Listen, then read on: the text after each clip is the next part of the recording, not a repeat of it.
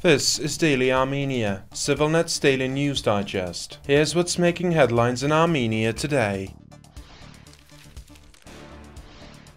Armenians may return to Nagorno-Karabakh at any moment as Azerbaijan allows it, Russia's Foreign Ministry spokesperson Maria Zakharova claimed during a press briefing yesterday, adding that Azerbaijan's destruction of abandoned Armenian homes, graves and historical sites is not Russia's concern. We have emphasized Baku's constructive steps aimed at giving the people the opportunity to return. We said that multiple times. If people are interested in preserving their homes, they should probably take advantage of that opportunity, Zakharova said. When asked to comment on Azerbaijan's destruction of historical quarters in Karabakh's capital Stepanakert, Zakharova responded, "As far as I'm concerned, this is Azerbaijani territory and it's their administration. As for the historical sites, there are special international organizations for this, and you should address this issue to UNESCO, for example," she said. Azerbaijan launched an offensive against Nagorno-Karabakh last September, securing full control of the region and ethnically cleansing nearly all of its residents, forcing them to seek refuge in Armenia in the following weeks. The Russian peacekeepers, who were deployed to the region 3 years before, did not intervene. As of now, about a dozen Armenians are believed to reside in Stepanakert, all elderly individuals. Following the ethnic cleansing, Baku published a plan for the reintegration of Karabakh Armenians, which included the promise of Azerbaijani citizenship and alleged guarantees of cultural rights, such as the use of the Armenian language and religious freedom. There have been no reports of a single Armenian person returning to Nagorno-Karabakh since then.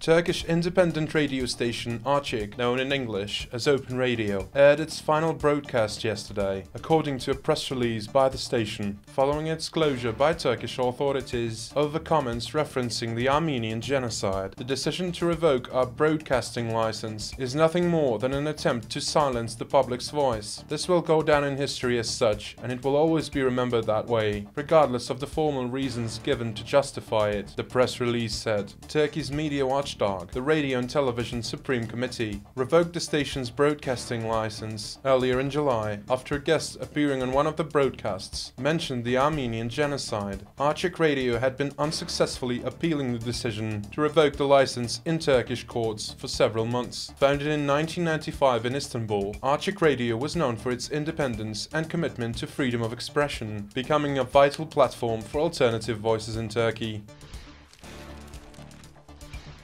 You can also watch CivilNet's interview with Greg Bedian, the Director of Operations at the Tufenkian Foundation, reflecting on past accomplishments and major setbacks. He shared insights on the Foundation's commitment to developing regions such as Syunik, which are not only a safe haven for displaced families from Artsakh, but also hubs for economic growth and opportunities. You can watch the full interview on our YouTube channel or by following the link in the video description below.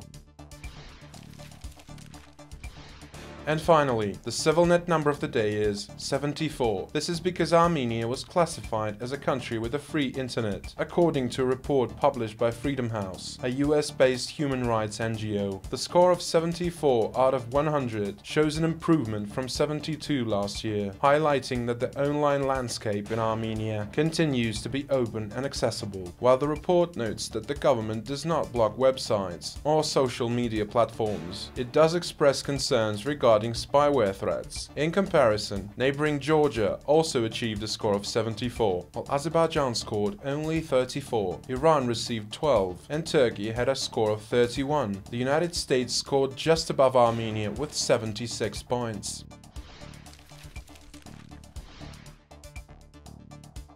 And as always, please follow CivilNet for the latest news and independent reporting from our contributors on the ground here in Armenia.